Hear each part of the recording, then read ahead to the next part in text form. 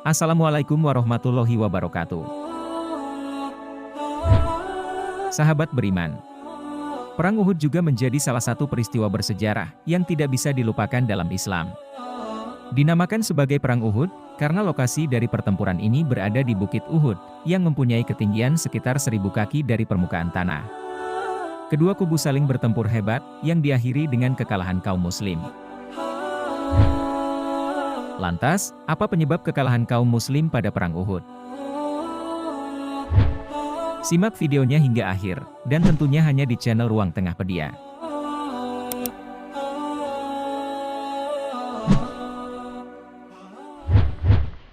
Perang Uhud bukan hanya menjadi ajang balas dendam dari kaum Quraisy di perang sebelumnya, tetapi juga kecemburuan mereka karena perkembangan popularitas Islam di wilayah Madinah.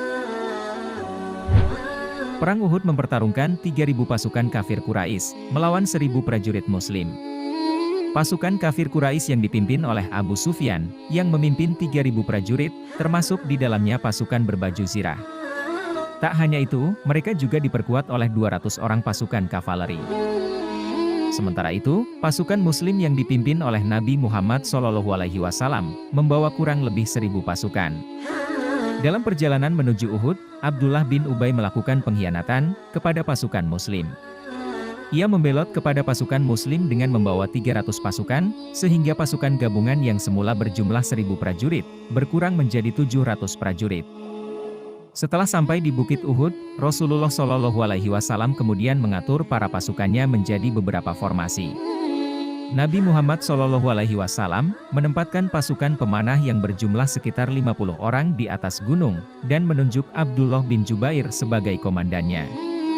Mereka diperintahkan Nabi agar tidak meninggalkan tempat tersebut, apapun yang terjadi.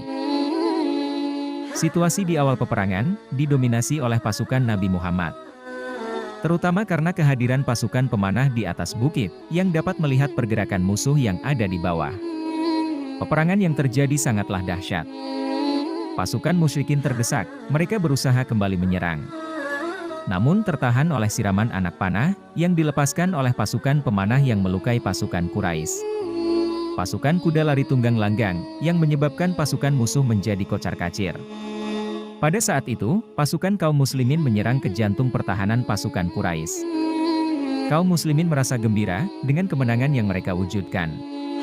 Mereka silau melihat harta rampasan perang yang berserakan di medan perang memenuhi lembah, yang telah ditinggal pergi oleh orang-orang musyrik. Mereka mulai mengumpulkan apa yang bisa mereka kumpulkan, hingga mereka lengah untuk mengejar musuh, dan menghancurkan kekuatan mereka secara totalitas. Ketika pasukan pemanah, yang berada di atas bukit menyaksikan pasukan yang lain mengumpulkan harta rampasan perang, sebagian berbisik kepada sebagian yang lain, untuk turun bergabung dengan pasukan lainnya, dan mengumpulkan harta rampasan perang. Namun, sebagian yang lain tidak setuju, seraya mengingatkan perintah dan pesan sang panglima tertinggi, Nabi Muhammad SAW, untuk tidak meninggalkan tempat dalam kondisi apapun, baik menang ataupun kalah. Sang komandan Abdullah bin Jubair meminta mereka untuk tidak melanggar perintah Rasulullah SAW. Namun, kebanyakan mereka melanggarnya. Kemudian, Khalid bin Walid pun mendapatkan peluang emas ketika menyaksikan pasukan Islam sibuk mengumpulkan harta rampasan di medan perang. Kemudian dia menyerang pasukan pemanah yang masih tersisa, hingga gugur sebagai syuhada. Selanjutnya, mereka menggempur pasukan Islam dari arah belakang.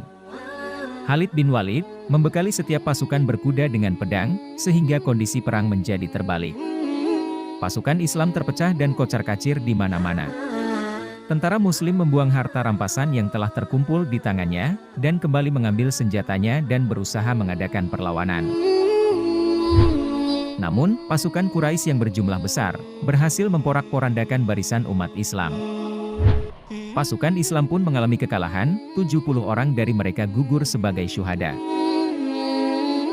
Salah satu pasukan yang meninggal dunia adalah Hamzah bin Abdul Muthalib, yang merupakan paman dari Rasulullah SAW, sekaligus orang yang nyaris selalu berada di sampingnya selama pertempuran. Kekalahan dalam Perang Uhud tentu saja menyakitkan. Perang Uhud berakhir saat Khalid bin Walid Seorang pemimpin sayap kanan kaum kafir Quraisy meminta kaum muslimin untuk mundur dan mengumumkan kemenangan kafir Quraisy. Kekalahan kaum muslimin pada perang Uhud telah diabadikan dalam Al-Qur'an. Dan mengapa kamu heran ketika ditimpa musibah kekalahan pada perang Uhud? Padahal kamu telah menimpakan musibah 2 kali lipat kepada musuh-musuhmu pada perang Badar. Kamu berkata, dari mana datangnya kekalahan ini? Katakanlah, itu dari kesalahan dirimu sendiri. Sungguh, Allah Maha Kuasa atas segala sesuatu. Al-Quran Surah Ali Imran ayat 165. Alhasil, umat muslim dikalahkan oleh kaum kafir Quraisy. Sehingga, ketidakpatuhan pasukan muslim atas perintah Nabi yang menjadi penyebab kekalahan pasukan muslimin pada perang Uhud. Wallahu a'lam bishawab. Wassalamualaikum warahmatullahi wabarakatuh.